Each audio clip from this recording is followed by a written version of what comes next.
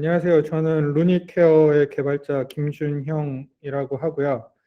오늘 이 애자일 방법론 겉핥기라고 하는 내용은 저희가 이제 루니케어 본격적인 개발하기에 앞서서 협업하는 형태에 대해서 좀 더 컨센서스를 맞춰야 되는 부분이 있는데, 다들 뭐 애자일에 대해서는 풍문으로 들으신 분도 있고 뭐 어떻게 경험해 보신 분들도 계실 텐데, 사실 애자일이 뭔지, 애자일의 용어들에 대해서도 이제 정확히 뭘 의미하는지 잘 모르시는 분들도 계시고 해서, 일단은 애자일이 어떤 거고 가장 대표적으로 쓰고 있는 애자일 방법론은 어떤 게 있는지를 간략하게 소개를 드리고, 이걸 기준으로 이제 루니케어 프로젝트를 앞으로 어떻게 진행을 할지에 대한 조금 안을 각자 고민할 수 있도록 하기 위해서 이 자리를 준비를 했고요. 그래서 애자일이라는 주제 자체가 굉장히 방대하고, 애자일 방법론도 여기 있는 거 말고도 엄청나게 많은 것들이 있는데, 일단 오늘 준비한 내용은 애자일에 대한 개략적인 설명하고, 그 다음에 이제 프로젝트 진행 방법론의 가장 대표적인 스크럼과, 그 다음에 여기에서 이제 파생되거나 그 스크럼의 어떤 안 맞는 부분을 개선하기 위한 대표적인 나머지 세 개의 그 방법론을 설명을 하는 것으로 오늘 방향을 잡았습니다. 그래서 제가 설명할 내용의 대부분은 문서로 디스크립션을 적었기 때문에 사실 이 내용을 안 들으셔도 제가 준비한 내용을 이해하시는 데는 문서만 읽어도 크게 문제는 없을 것으로 예상이 되고요. 하지만 Q&A라든가 여러 가지를 통해서 좀 더 많은 거를 얻으실 수 있으면 이걸 듣는데 조금 더 의미가 있다고 생각이 됩니다.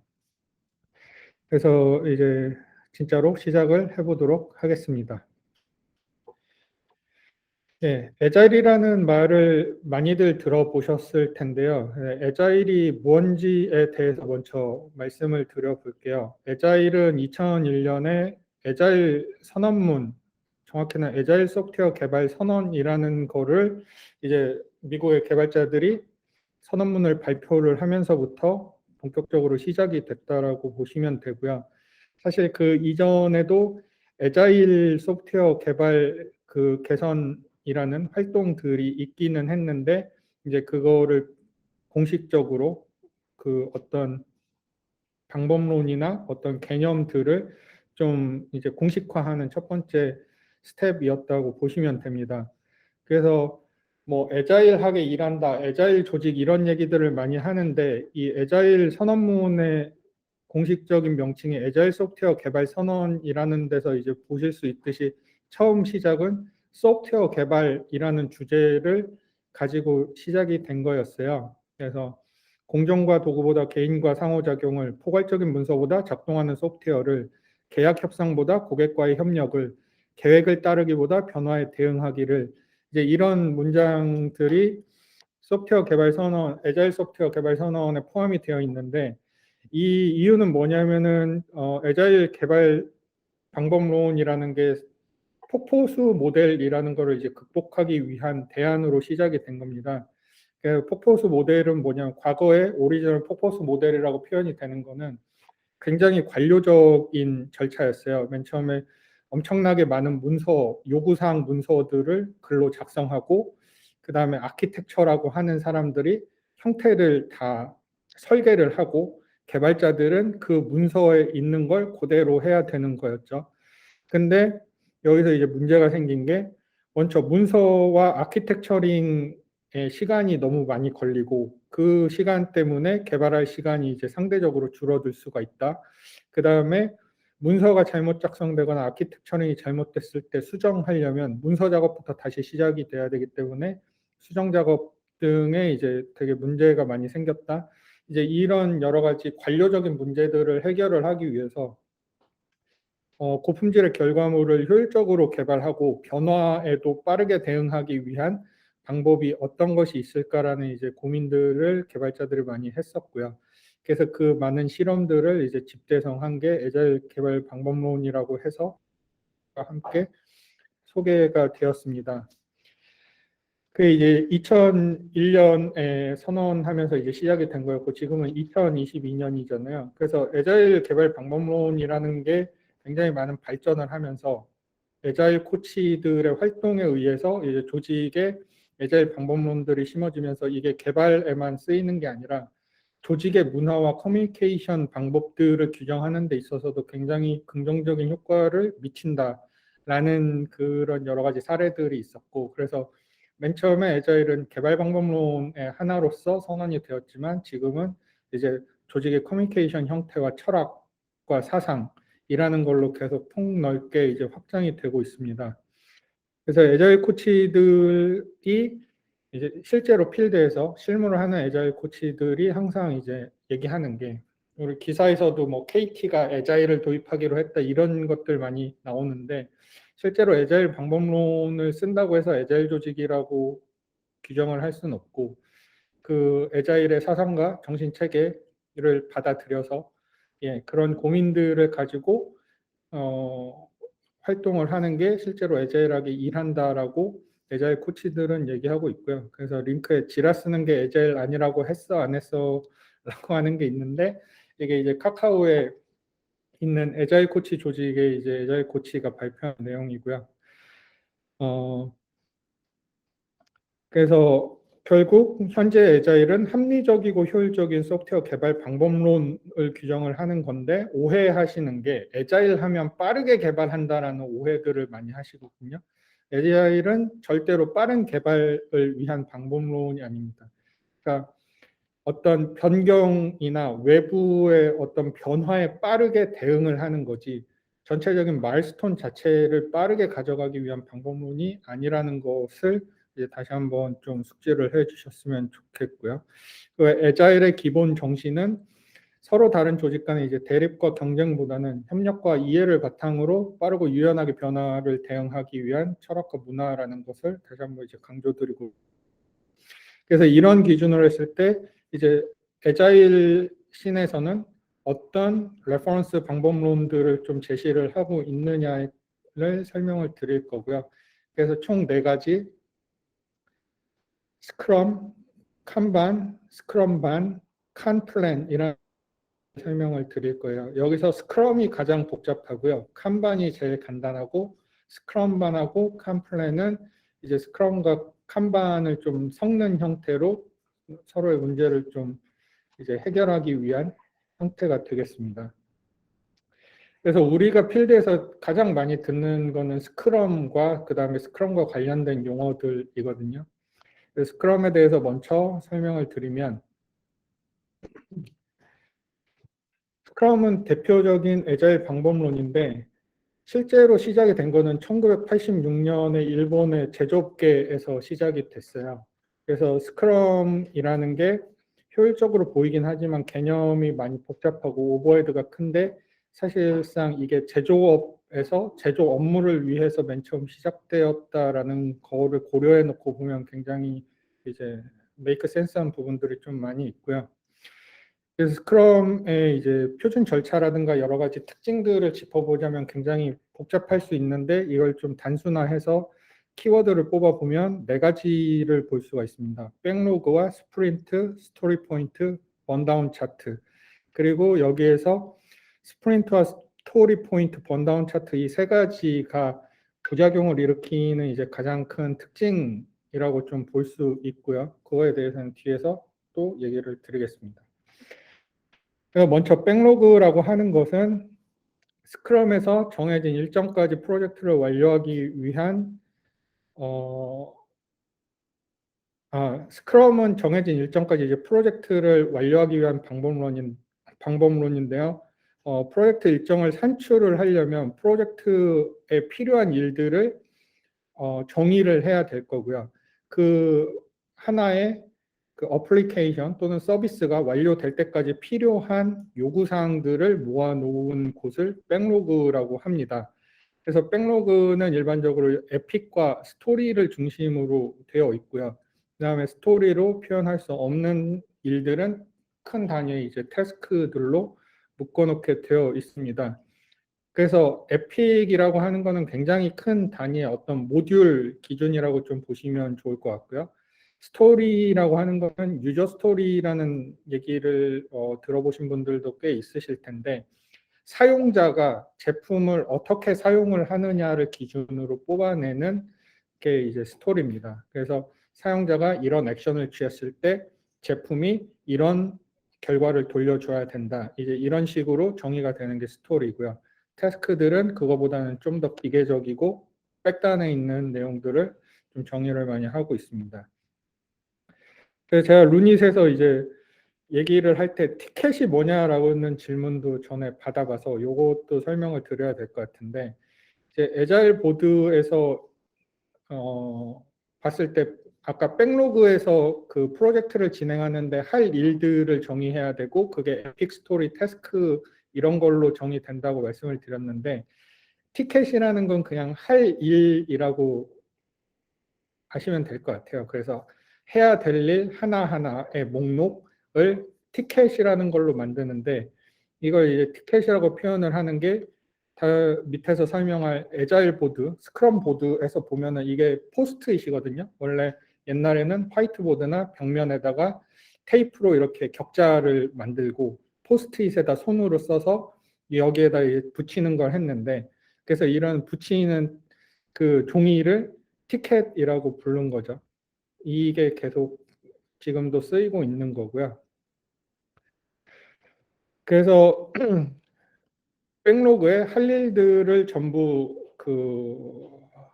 뭐 정의를 하고 나면 그 다음에 이제 개발을 어떻게 할 것인가 라는 거를 정의를 스크럼에서 하게 됩니다. 그때 네, 질문하십시오. 그 티켓과 그 태스크의 차이가 어떻게 될까요? 티켓이 에픽과 스토리와 태스크, 서브 태스크 이 모든 것들이 티켓 안에 들어간다고 보시면 돼요.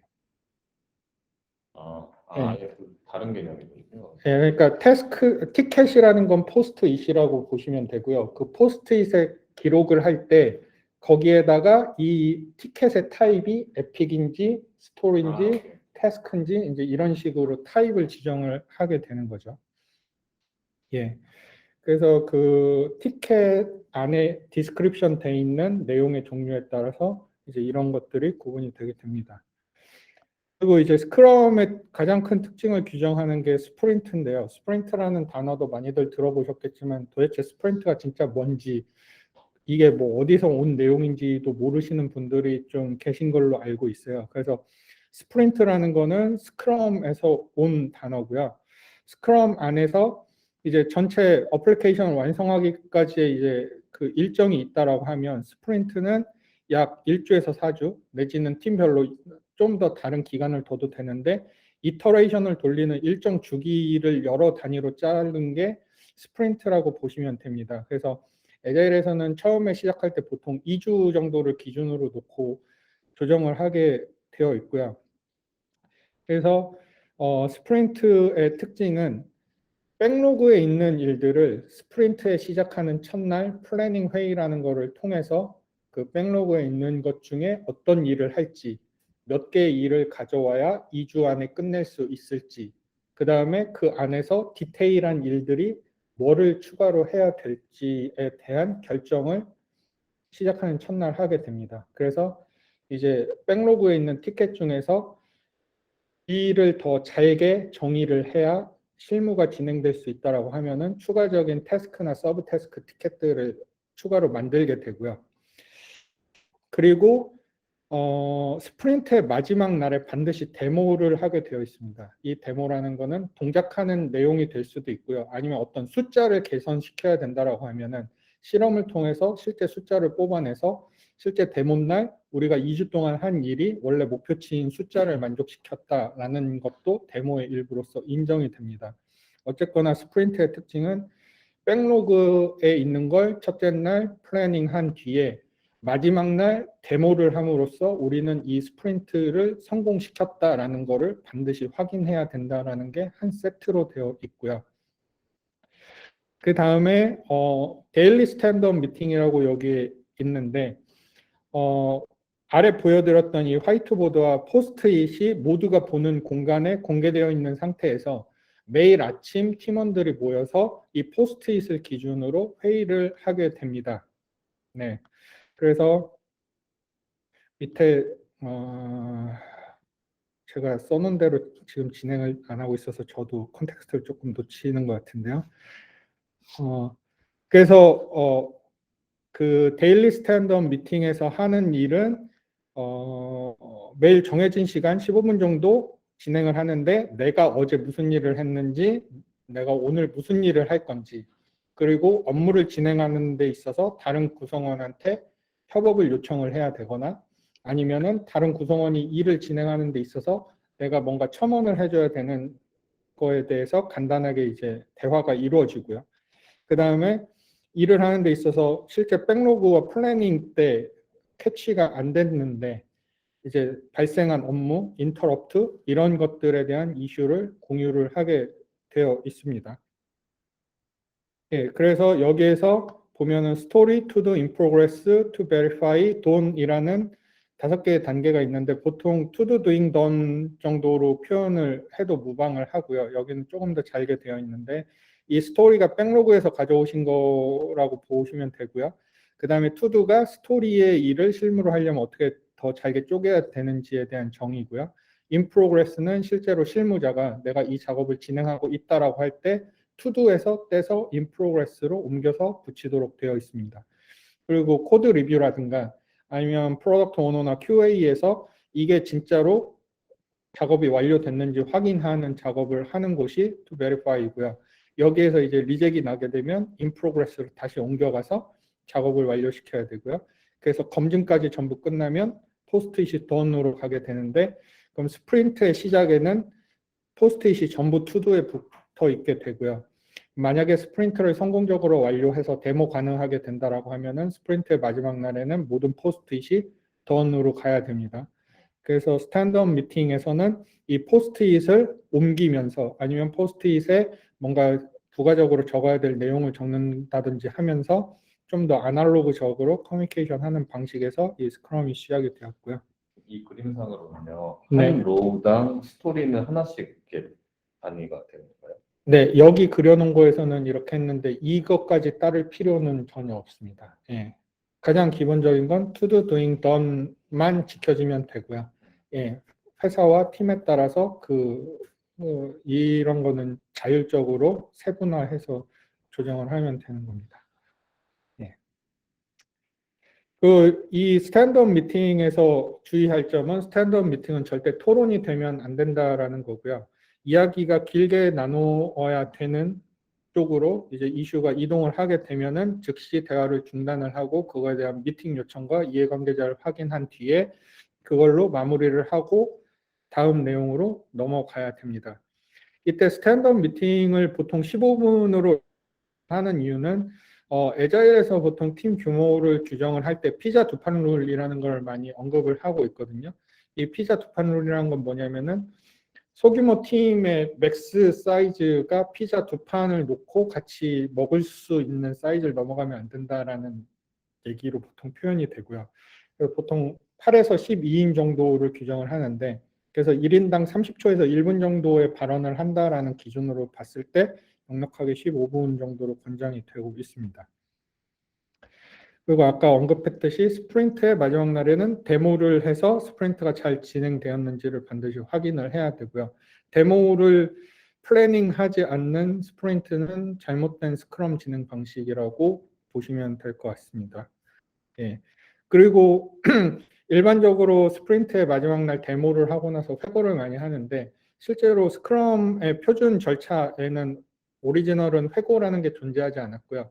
근데 에자일씬에서는 어떤 활동을 하든지 회고라는 행위 자체가 굉장히 중요한 커뮤니케이션 수단, 그 다음에 개인 회고라는 것도 굉장히 중요한 어떤 행위라고 규정을 하고 있기 때문에 뭐 스크럼을 할 때 요즘에는 회고를 안 하고 하는 거는 찾아보기 좀 힘들다고 보시면 되고요.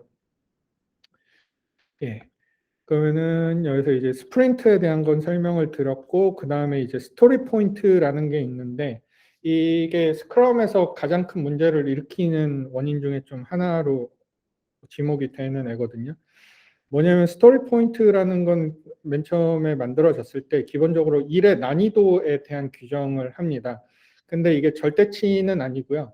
아까 포스트잇이 여러 개 있었는데 각각의 일들이 서로 난이도에 상관관계를 갖는다라는 개념이에요. 그래서 A라는 일보다 B가 얼마나 더 어렵냐. 얘는 1점이고 2점이면은 한 1 정도 어렵다고 보겠는데 얘가 1이고 제가 5면은 굉장히 많이 어렵다라고 보겠다 정도의 의미로 가져가도록 스토리 포인트에 원래 정의가 되어 있는데 대부분의 그 스크럼을 하는 곳에서는 매니지먼트 도구로서 이 숫자를 날짜나 시간하고 매칭을 시켜서 많이 쓰고 있습니다.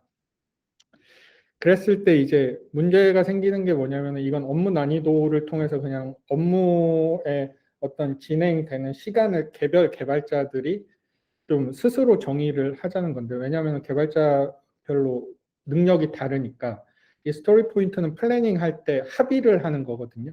그러니까 각자가 난이도를 정하는 게 아니라 일감을 앞에 놓고 이거의 그 난이도가 얼마가 될지 이 사진에 보이는 스토리 포인트 스크럼 포커를 가지고 점수를 내면 이 점수가 서로 다르게 나왔을 때 왜 점수가 다르게 나왔는지 서로 대화를 나눠야 되고요. 그렇게 되는 이유는 서로 이 일에 대한 정의를 다르게 보고 있기 때문에 점수가 다르게 나온 걸 수 있기 때문에 거기서 정확히 합의를 본 뒤에 스토리 포인트를 일치시키고 나서 그 다음에 플래닝에 합류를 시키는 게 원래 룰로 되어 있습니다. 그런데 이제 이게 계속 스크럼이 확산이 되면서 이게 이제 매니저가 스케줄을 보고하는 그리고 사람들의 업무 시간과 업무 효율을 관리하는 도구로 좀 오사용되면서 번아웃을 발생시키는 가장 이제 중요한 문제점으로 많이 떠올랐고요. 예. 그 다음에 번다운 차트라는 게 있는데 이제 앞서서 스프린트에서는 티켓이라는 거를 만든다고 했고요.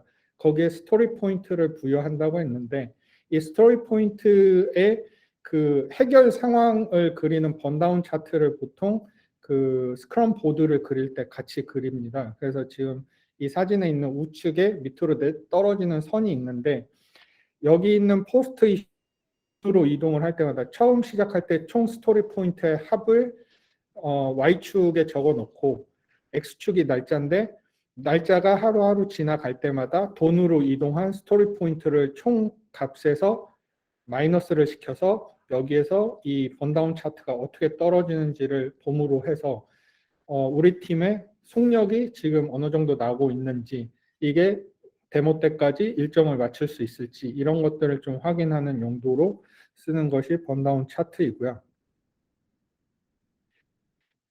그래서 이제 이런 식으로 스크럼을 진행을 했을 때 지금 스크럼 외에 다른 방법론들이 많이 등장한 이유가 아래에서 소개하는 이제 문제점들 때문에 그런 건데요. 첫째로 운영과 동시에 스크럼을 진행하기 힘들다는 문제가 제일 큽니다. 예, 옛날에는 전부 인스톨하는 패키지들이었기 때문에 버그가 일어난다고 해서 즉시 대응할 수가 없었거든요. 그래서 웬만하면 그냥 버그가 특별한 버그가 아니면은 그냥 놔두고 다음 버전을 팔 때 이제 제거해서 팔지 그 소프트웨어 자체를 패치를 해주지는 않는데 요새는 이제 24/7으로 운영이 되는 웹 서비스가 주류다 보니까 분명히 2주짜리 일을 내가 기획을 해놨는데 자꾸 운영 이슈가 터지고 버그가 터지고 뭐가 터지고 하면서 플래닝에 없던 일들이 이제 들어오다 보니까 스프린트가 지켜지는 일들이 굉장히 적어진 거죠. 이게 가장 큰 문제가 있었고요. 그 다음에 이제 플래닝을 정확하게 하는 것이 불가능한데요. 이게 맨날 똑같은 일을 하는 게 아니라 항상 새로운 것들을 개발을 하고 그 다음에 현재의 그 비즈니스의 그 성장에 맞춰서 새로운 도전들을 하는 거기 때문에 결국에는 내 눈앞에 있는 일을 정확하게 플래닝해서 스토리 포인트를 부여하고 마일스톤을 기획을 한다는 것 자체가 굉장히 힘든 일이라는 게 이제 필드의 경험이었습니다. 그래서 시니어 개발자들조차도 이거를 정확하게 플래닝하기가 굉장히 힘들다. 그랬을 때 생기는 문제가 스프린트라는 게 단어가 이제 전력 질주라는 뜻인데 사실 스프린트라는 게 굉장히 그 압박감을 주면서 성취감을 같이 가져가는 건데 문제는 스프린트 데모 때까지 일을 완료를 못해서 플래닝을 정확하게 못했기 때문에 완료를 못하면은 거기에 대한 부담감과 피로감이 굉장히 누적이 되고요. 그 일이 다음 스프린트로 넘어가면 전체 일정에 대해서 일이 계속 누적되는 효과를 갖기 때문에 그거에 대한 이제 번아웃도 굉장히 커지게 되고요.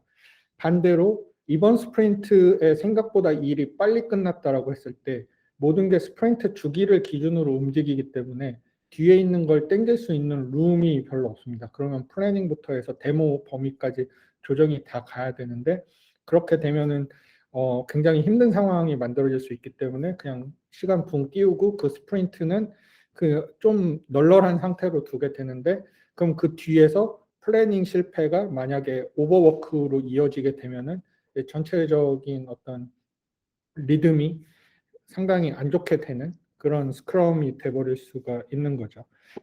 그 다음에 문제가 이제 스토리 포인트 기반의 마이크로 매니징인데요. 개발자들은 분명히 난이도를 기준으로 포인트를 부여를 했는데 이게 대기업에서 많이 일어나는 일인데 매니저들은 이거를 숫자로 시행한 다음에 너 이거 몇 시간 안에 한다고 하더니 왜 못했어? 그러면 이 포인트는 그게 아닌데요. 그러는데 그러면은 그 얘기가 별로 받아들여지진 않거든요. 그래서 그 포인트라는 것 자체가 매니징 툴로 쓰지 말라고 강력하게 얘기를 하지만 스크럼에서는 실제로는 PM들이 매니징 툴로 쓰면서 생기는 문제가 굉장히 컸다라는 게 있고요. 그 다음에 마일스톤 없이 스크럼을 돌리는 조직들도 존재는 합니다. 이게 이제 메이크 센스한 부분은 뭐냐면은 조직이 항상 꾸준한 속도를 유지를 해서 어떤 예측 가능한 스케줄이나 이런 것들을 좀 가져갔으면 좋겠다라는 개념에 의해서 이런 운영 형태들도 있었는데요. 근데 실제로 스크럼의 스프린트가 좀 빡빡하게 달리는 느낌이다 보니까 마일스톤이 없는 365일 스크럼 자체가 번아웃을 굉장히 많이 일으키는 것으로 필드에서는 보고가 좀 되었었고요. 그 다음에 마지막으로 제기되는 문제는 이벤트 대응에 딜레이가 있다는 건데 이 이유는 뭐냐면 굉장히 긴급한 버그가 들어오더라도 팀의 운영 자체가 스프린트 주기 기준으로 되어 있기 때문에 그걸 즉시 수정해서 즉시 딜리버를 할 수가 없게 되어 있습니다. 만약에 스프린트에 인터럽트를 허용을 하는 조직이라고 하더라도 반드시 데모날 모든 게 취합이 돼서 나가야 되기 때문에 중간에 들어온 어떤 버그나 장애에 대해서 스프린트의 마지막 날까지 대기해야 되는 그 상황이 빈번하게 발생을 했었다라는 부분이 있고요. 그리고 만약에 너무 데모 날과 가깝게 들어와서 그때까지 대응이 안 된다라고 하면은 2주가 넘는 시간 동안 그 문제들이 해결되지 않는 상황도 빈번하게 이제 발생을 했다라는 게 또 하나의 문제입니다. 그래서 스크럼은 다음 두 가지 상황 중 하나 이제 유효하다고 제가 해놨는데요. 팀이 꾸준한 속도를 유지하면서 개발할 때 스프린트 자체가 번아웃을 유발하지 않을 정도로 여유를 주지만 그렇다고 해서 너무 퍼지지 않는 수준으로 꾸준하게 일을 제어할 수 있을 때 팀이 일정 속도로 계속 지속성을 가질 수 있도록 하는데 도움을 줄 수 있고요. 그게 아니라면 단기간 동안 마일스톤을 정해놓고 그 안에서 뭐 5번이나 6번의 스프린트를 뛰게 하면서 굉장히 빡시게 돌려서 그 결승점을 찍는 뭐 그런 상황에서도 사실 스크럼은 굉장히 유효한 효과를 발휘하기는 합니다. 근데 이렇게 돼야 이런 것들이 가능하려면은 전제 조건이 있는데요. 첫째로는 스크럼 규칙에 익숙한 숙련된 구성원들이 많이 필요합니다. 왜냐하면 앞에서 얘기했던 플래닝 회의도 있고 데모도 준비해야 되고 여러 가지 활동들이 있기 때문에 이것들이 전부 스크럼의 오버헤드로 규정이 되어 있거든요. 그래서 이 오버헤드들을 로스를 줄이려고 한다고 하면은 스크럼을 굉장히 능숙하게 다룰 수 있는 다수의 구성원들로 진행이 되어야 된다라는 게 있고요. 그 다음에 플래닝에 포함되지 않는 이벤트들이 거의 발생하지 않아야 이제 이런 효과를 좀 누릴 수 있다라는 부분이 있습니다. 예. 그래서 앞서 말씀드린 문제점들에 대항하기 위해서 이제 칸반이라는 게 등장을 하게 됐는데요. 칸반이 등장하게 된 거는 실제로는 소프트웨어 개발 환경보다는 운영 환경에서 문제 제기가 되는 부분이 있어서 칸반이라는 게 등장을 했습니다. 칸반은 엄청나게 단순하게 생겼는데요. To do, doing, don't 이 세 개의 칸이 전부고요. 티켓 발부하는 거는 룰은 똑같습니다.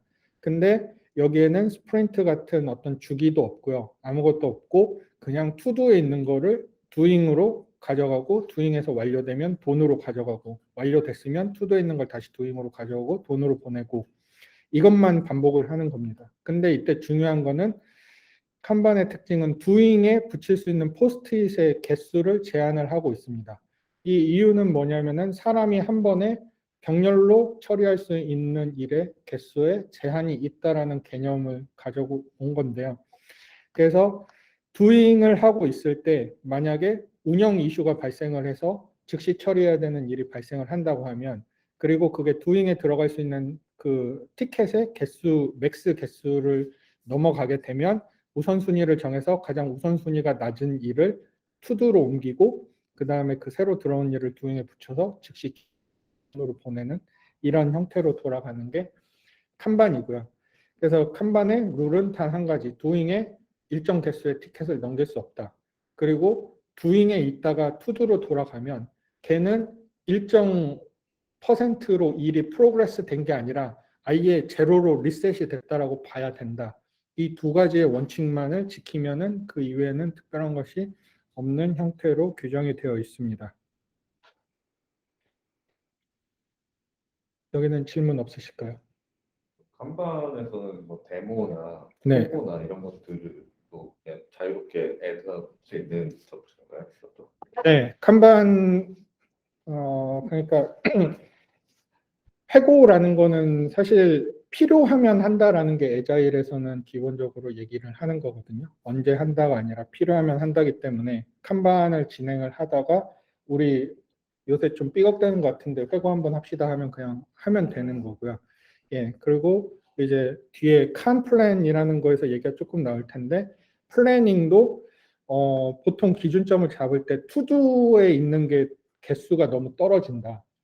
라고 했을 때 뭐 가져온다든지 이제 이런 것들을 하고 있습니다. 그래서 처음에 말씀드렸다시피 칸반이 맨 처음에 이제 등장을 하면서 확산이 된 거는 이제 어플리케이션을 처음부터 개발하는 것보다는 운영 중인 팀에서 문제 제기가 돼서 이제 들어온 게 있고요. 그래서 그 말씀하신 부가적인 것들은 팀별로 알아서 좀 하는 형태로 되어 있습니다.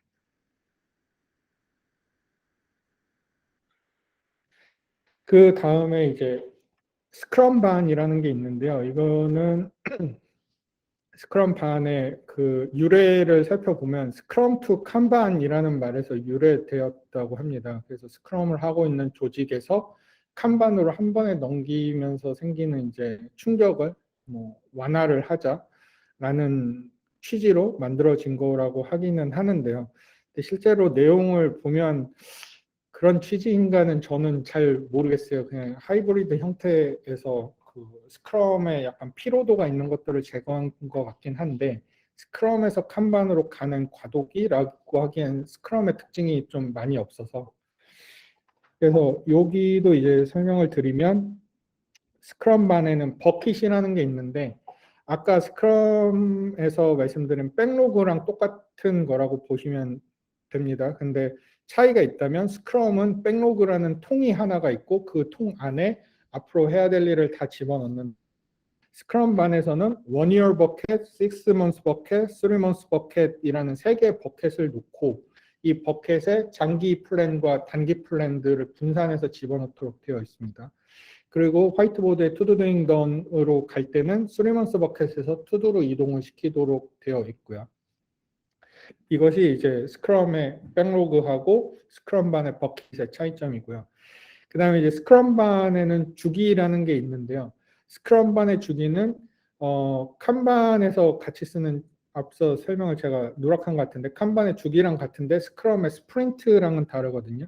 그래서 앞에 칸반에서 이제 제가 언급을 안 해서 여기에서 조금 설명을 드리면 칸반과 스크럼 반의 주기라는 거는 릴리즈 주기인데 그때 뭐가 들어갈지는 결정되어 있지 않습니다. 단지 우리는 2주 주기 아니면 한 달 주기로 버전업 된 걸 내보내겠다라는 디시전만 있고요. 그러면 앞서 칸반 형태에서 보셨던 거는 그냥 자기가 할 수 있는 속도로 투두 도잉 돈을 계속 리니어하게 쳐낸다라는 개념인데 그러면은 다음 릴리즈 주기가 가까워 왔을 때 현재 끝난 일들 그리고 곧 끝난 일들의 어떤 레이아웃이 나와 있겠죠. 그러면은 그 새로운 릴리즈 주기에 어떤 피처들을 포함을 시켜서 릴리즈 할지에 대해서 이제 릴리즈 회의를 열게 되고 거기서 확정된 애들만 이 주기의 끝에서 릴리즈를 시키는 형태로 이루어지게 되어 있습니다. 그래서 이 차이점을 다시 짚으면 스크럼에서는 주기의 끝에 해야 될 일들을 명확하게 해놓고 반드시 그 주기의 끝에 그 일을 끝내야 되는데 칸반과 스크럼 반의 주기의 끝에는 열심히 하다 보니 끝났다. 그럼 이 끝난 것들은 이번에 포함해도 되지 않겠느냐라는 좀 더 유연한 사고로 움직이게 되어 있는 것이죠. 그리고 이제 리미츠라는 게 있는데 이것은 칸반의 이제 리밋과 같은데 칸반에서는 워킹 인 프로그레스에 대해서 투두에 대해서 도잉에 대해서만 리밋을 걸었다라고 한다면 스크럼반에서는 앞에 버킷에서 투두로 넘어오는 부분이 있기 때문에 투두에도 리밋을 걸고 있다라는 차이 정도가 좀 있고요. 그리고 온 디맨드 플래닝 회의라는 것이 있는데 이것은 이제 투두의 티켓이 일정 수 이하로 떨어지게 되면 3months 버킷에서 무엇을 가져올지를 결정하는 회의고요. 그래서 이것도 일정이 미리 정해져 있는 건 아니고 그때그때 투두의 티켓 개수의 상황에 따라서 이제 그 회의를 소집을 하도록 되어 있습니다. 그리고 버켓 사이즈 플래닝이라는 게 있는데 이것은 스크럼에 있는 백로그 플래닝이랑 거의 비슷하다고 보시면 되고요. 그 1year 버켓, 6 months 버켓, 3 months 버켓을 만들어서 티켓을 채우기 위해서 버켓 사이즈 플래닝을 해서 이제 장기 목표와 중단기 목표를 이제 정하게 되는 것이죠. 그 결론은 스크럼반은 이제 이벤트의 반응에서 대응하는 칸반에다가 스크럼의 플래닝 요소 일부를 더한 것인데요. 근데 그 플래닝 요소도 좀 많이 변형이 되어 있어서 그래서 서두에 이제 스크럼 투 칸반이라기에는 조금 많이 형태가 다르다라고 잘 언급을 한 부분이 있고요. 그 다음에 마지막으로 칸플랜에 대해서 이제 설명을 드릴 건데 칸플랜은 정말 간단한 게 앞에서 칸반을 봤을 때 투두 도잉 덤만 있다고 말씀을 드렸었죠. 그렇다면 투두는 당장에 해야 될 일들의 목록인데 그러면은 큰 일을 할 때 백로그나 버켓 같은 개념이 없으면 투두에 너무 많은 티켓들이 쌓이게 되고 거기서 우선순위 결정하기가 굉장히 힘들게 되거든요. 그래서 칸플랜은 그냥 단순하게 저 투두 도잉던 앞에다가 백로그를 하나 덧붙인 거에 불과를 합니다. 그래서 백로그에 쌓아놓고 그 중에서 투두로 계속 그 티켓을 가져오면서 팀의 속도에 맞춰서 진행을 하는 것이죠. 그래서 칸플랜에도 온디맨드 플래닝과 좀 비슷한 회의가 당연히 필요할 걸로 예상이 되고요. 그래서 이제 그런 식으로 진행이 되도록 되어 있습니다. 예, 이거 이외에 뭐 회고라든가 여러 가지 설명을 드리고 싶은 게 더 많지만 어쨌든 시간 관계도 있고 애자일에 대한 이제 백그라운드도 다르기 때문에 오늘 다루는 내용은 일단은 우리가 뭔가 프로젝트를 할 때 아니면 팀이 같이 협력을 해야 될 때 우리의 일감을 어떻게 같이 매니징 할 것인가를 기준으로 설명을 드리면 좋은 것들을 좀 준비를 했고요. 마지막으로 이제 애자일이라는 말을 잊으세요라고 제가 적었는데 앞서 맨 처음 말씀드렸다시피 애자일은 소프트웨어 개발 방법론에서부터 시작이 됐는데 애자일 코치들에 의해서 그게 조직에서 여러 가지 그 활동을 하면서 소프트웨어 개발 방법론에 그치는 것이 아니라 그냥 조직 내에서의 협력 형태, 그 다음에 어떤 정신적 모델을 가지고 서로 잘 일을 해나가야 되는가로 굉장히 그 확대되는 개념이고요. 그래서 우리가 집중해야 되는 것은 애자일하게 일한다. 우리 회사는 애자일한 회사다. 우리는 애자일한 조직을 가지고 있다. 이제 이런 거에 우리가 집중을 해야 되는 것은 아니고요. 애자일 하다는 것은 베스트 프랙티스를 기반으로 시작해서 문제들을 해결하기 위해 끊임없이 일하는 방식을 개선해 가는 것이라고 이해를 해주시면 좋겠어요. 그래서 중요한 것은 뭐냐? 지금 우리가 프로젝트의 진행이나 서로 협력하거나 커뮤니케이션 하는데 문제가 있는 것 같은데 이 문제를 해결하고 싶은데 나의 경험은 부족해서 잘 모르겠다라고 할 때 애자일 씬에 보면은 템플릿이나 방법론들을 계속 공유하고 업데이트하는 곳들이 있거든요. 그럼 거기에 상황과 목적들을 보통 설명을 다 해놔요. 그럼 그걸 읽어보고 이 상황과 목적을 보니 지금 내가 해결하고자 하는 어떤 상황들과 좀 비슷한 것 같은데 이거를 한번 사용을 해서 우리 그 구성원들의 문제를 해결해 보자 라는 식으로 접근을 하는 것을 저는 좀 추천을 드리고요. 그래서 애자일하게 일하자라는 것보다는 지금 우리의 문제가 뭐고 이걸 어떻게 해결하고 뭐부터 해결할 것인가에 대해 조금 더 집중을 했으면 좋겠다라는 것을 마지막으로 전체 내용을 마무리하도록 하겠습니다. 네, 그럼 Q&A 받도록 하겠습니다. 네, 진영님, 저 질문이 하나 있는데요. 네, 예, 설명 너무 잘해주셔갖고 이해가 잘 됐는데, 실제 사용하는 거에서 어떻게 결정하는지가 사실 조금 궁금해요. 그래서 이제 루니케어에서 실제 이 방식을 사용을 해서 진행을 하시는데, 이제 스프린트 범위를 어느 정도 기간으로 설정하셨는지랑, 그거를 설정하신 이유랑, 그리고 칸반이나 스크럼 방식이 있을 텐데 둘 중에 어떤 거를 선택하셨고 왜 그게 루니케어를 개발하시는데 맞다라고 생각을 하셨는지 이런 거에 대해서 조금 설명을 해주실 수 있을까요? 일단 루니케어에서 확정한 거는 없고요. 경험에 대한 어떤 공유가 필요하시다라고 예, 하시는 걸로 이해를 해서 먼저 경험에 대해 말씀을 드리면 제가 LG전자에서 스크럼을 최초로 경험을 했었고요. 그때 14명 규모의 파트였고 그때 이제 설명드린 이 레퍼런스를 정확하게 지키면서 했었어요. 근데 구성원과 PM은 한 팀이 아니었고 그 당시 그래서 그 PM이 저희를 최대한 굴리기 위해서 스크럼을 호도한 게 지금 여기에서 이제 설명한 그런 이제 부작용들이라고 말씀을 드릴 수 있을 것 같아요. 그리고 이번에 제가 지금 저희 PO신 은수님하고 얘기를 나눌 때 이제 제가 좀 설명을 드리고 있는 부분은 저는 이번에는 한다고 하면 컴플랜이 좀 좋을 것 같다라고 생각을 하고 있어요. 예. 왜냐하면은 이제 아까 스토리 포인트나 이런 걸 설명을 했을 때 스크럼을 하려고 하면은 그 복잡함이라든가 아니면 난이도의 어떤 합이라든가 이런 거를 잘 하려면 전체적으로 합이 어느 정도 좀 맞춰 있어야 된다라는 전제가 필요하다고 저는 경험적으로 지금 느끼고 있거든요.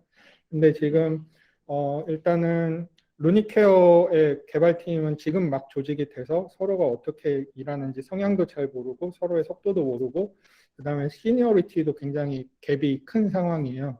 이 상황에서 완전히 그냥 원 맨먼스로 동등하게 일을 할 수 있다라는 기준으로 스크럼을 돌리는 건 좀 힘들 것 같고요.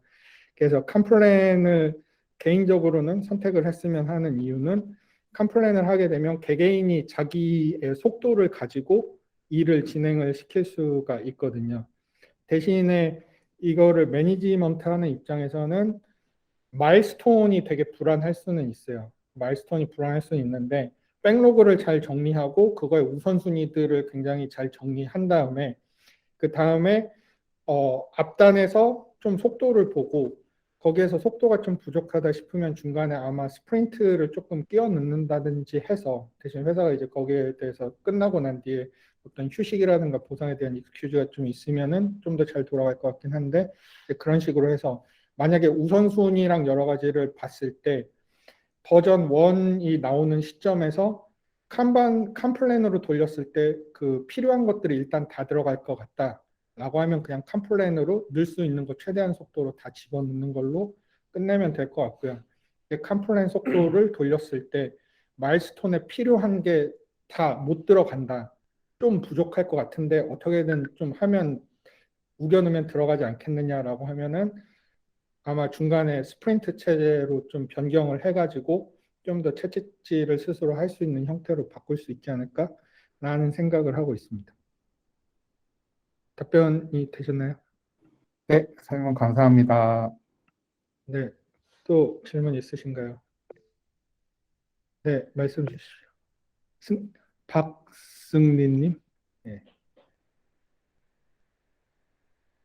메시지를 주셨나? 이거 제가 하려는 질문이에요. 네. 애자일 방법론은 전통적인 워터폴 모델 다시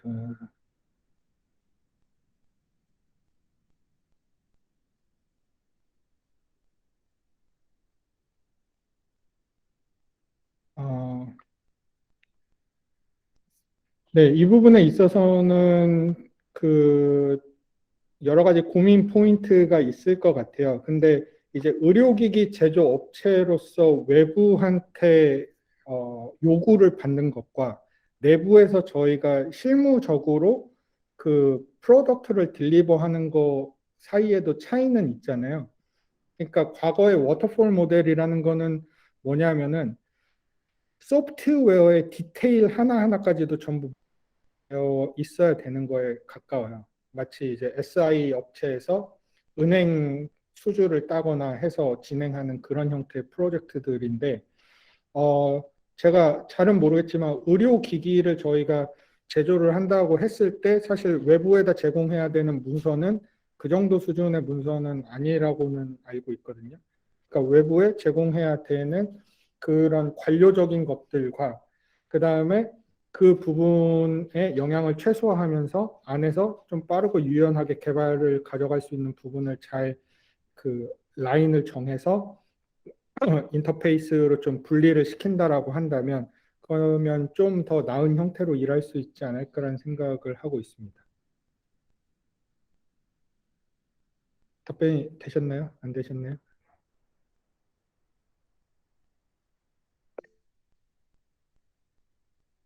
네, 다음 질문 받겠습니다.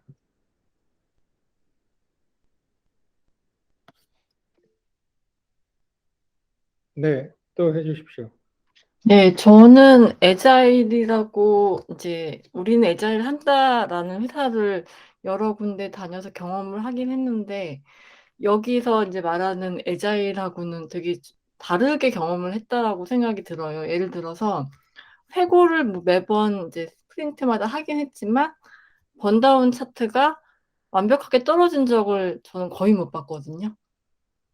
급하게 중간에 치고 들어온 일들이 있으면 그 네. 보드에 있는 티켓을 빼고 그 네. 티켓으로 바꾸는 경우가 있기도 하고 만약에 네. 내가 한 일이 이번 스프린트에 좀 빨리 끝나면 백로그에 있는 개발 티켓 내가 하고 싶은 거를 아니면 내가 급하다고 생각하는 거를 갖고 와서 하기도 하고 그래서 사실 엄격하게 에자일을 저는 해보지 않았다는 생각이 좀 드는데 좀 실제로는 사실 좀 그러니까 여기서 말하는 이 에자일과 좀 다르게 쓰고 있지 않나 생각이 좀 들어요.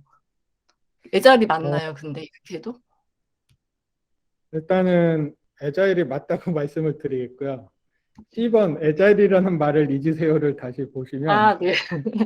베스트 프랙티스를 기반으로 시작은 하는데 문제 해결을 위해서 방식을 개선을 하는 게 애자일 활동이거든요. 그러니까 숙장님께서 하신 활동은 이제 스크럼을 기반으로 설계는 됐는데 일을 하다 보니 지금 우리 회사에서 일하는 방식하고 이게 딱 들어맞지 않아서 우리는 이런 방식으로 바꾸자라고 한 거에 가깝다고 해석을 할 수 있을 것 같고요. 근데 거기에서 중요 포인트는 뭐냐면은 일하는 구성원들이 만족감을 느꼈냐, 욕이 나왔냐가 차이점이 되겠죠. 애절하게 일을 했다라고 하면 그 문제를 계속 해결을 하면서 어제보다 나은 오늘, 지난 스프린트보다 나은 이번 스프린트라는 어떤 만족감들이 조금씩은 있었어야 된다라고 봐요.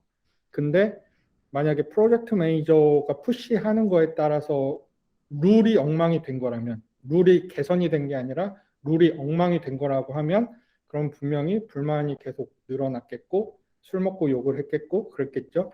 그래서 네. 이제 진짜로 애자일을 했냐 안 했냐는 룰을 지켰냐가 중요한 게 아니라 그걸 진행을 하면서 내가 올바른 개선을 진행했다고 느꼈느냐, 그리고 내가 더 나은 방법들을 시도해 봤고 그런 것들을 더 잘 이해했다고 느꼈느냐를 기준으로 생각을 하시면 좋을 것 같아요.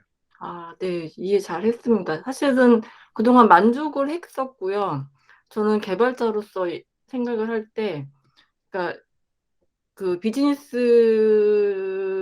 그런 뭐 요구사항을 맞추는 것도 중요하지만 개발자로서 품질이 좋은 서비스를 만드는 것도 중요하기 때문에 개발 티켓을 내가 필요로 한다고 생각할 때 마음대로 스프린트에 추가할 수 있는 게 저는 되게 좋다고 생각이 들었었거든요.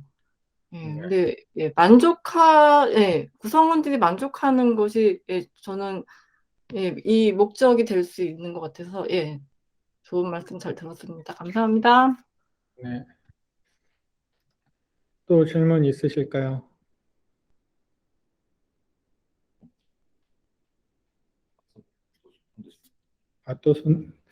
그냥 먼저 말하는 사람이 이기는 걸로 하고 그냥 말씀하시죠.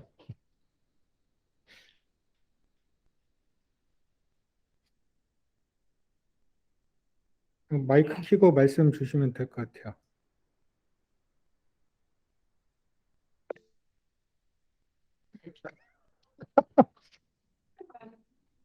근데요, 네. 그러니까 이게 어떻게 보면 말장난일 수 있지만 이게 철학에 대한 얘기이기도 해서 네. 제가 좀 보면 이게 사실 좀 역설적일 수도 있는데 네. 워터폴을 개선하려고 나왔다라고 처음에 말씀드렸잖아요. 네. 근데 어떤 특정한 루닉 같은 경우도 이제 메디컬 디바이스를 만들면서 어쩔 수 없이 따라야 되는 것들이 있으니까 네. 우리 팀 안에서는 열심히 이제 디스커스를 해가지고 워터폴의 방식을 일부 차용하는 방식을 우리가 결정해서 팀원들이 만족스럽게 진행을 했다. 네. 이런 것도 만약 이 데피니션에서는 애자일하다라고 얘기를 할 수 있을까요? 다시 한번 애자일이라는 말을 잊으세요라고 말씀을 드리겠는데요. 이 일이 잘 되는 게 중요할 뿐이에요. 그렇죠? 예, 애자일 하다 안 하다에 우리가 맞느냐 안 맞느냐는 전혀 중요한 팩터가 저는 아니라고 보고 있어요. 그리고 전에 제너럴이었나 대부에서 또 짧게 스레드 디스커션이 있었는데 페이스북이나 구글 같은 회사들은 애자일이란 단어 자체를 잘 몰라요. 구성원들이. 거의 개발자들 만나서 대화 나눠보고 하면 애자일이 뭔지 모르고 너네 어떻게 애자일 잘하고 있니? 그러면은 애자일이 뭐야? 이러거든요.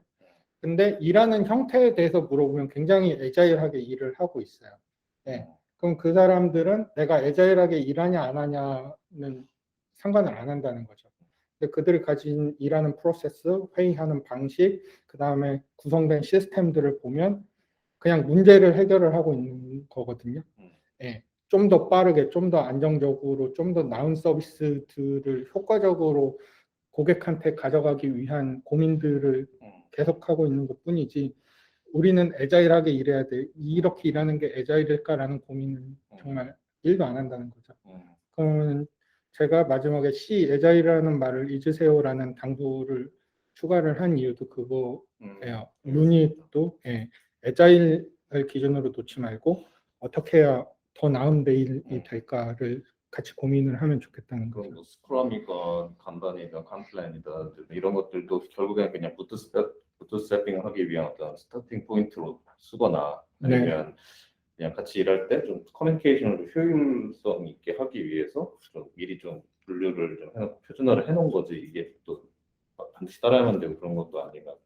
그렇죠. 이게 말씀드린 베스트 프랙티스를 기반으로 하는데 뭐가 베스트 프랙티스냐를 모르니까 가장 대표적인 애가 이 4개가 있고 그 다음에 스타일 디스커션을 하는 여러 씬들을 가보면 이거에 대한 변형 형태라든가 이런 것들에 대한 대화도 나누거든요. 그런 것들이 있고 그리고 아까 워터폴에 대해서 언급을 하셨는데 사실 워터폴을 대응하기 위한 건 스크럼이에요. 이 4가지 중에 스크럼일 뿐이고 스크럼의 문제를 극복하고 싶어서 칸반이 나온 거고 칸반이 나왔더니 너무 심플해서 좀 문제가 있는 것 같다. 내지는 스크럼을 하던 사람들이 뭐 적응을 못한다. 뭐 이런 것 때문에 스크럼반이나 컴플레인 같은 것들이 이제 생긴 거죠. 근데 실제로 스크럼반이나 컴플레인의 단어는 모르는데 이거랑 유사한 형태로 프로젝트를 진행하는 조직들도 많이 있거든요. 그래서 이제 그런 것들이 중요한 거죠.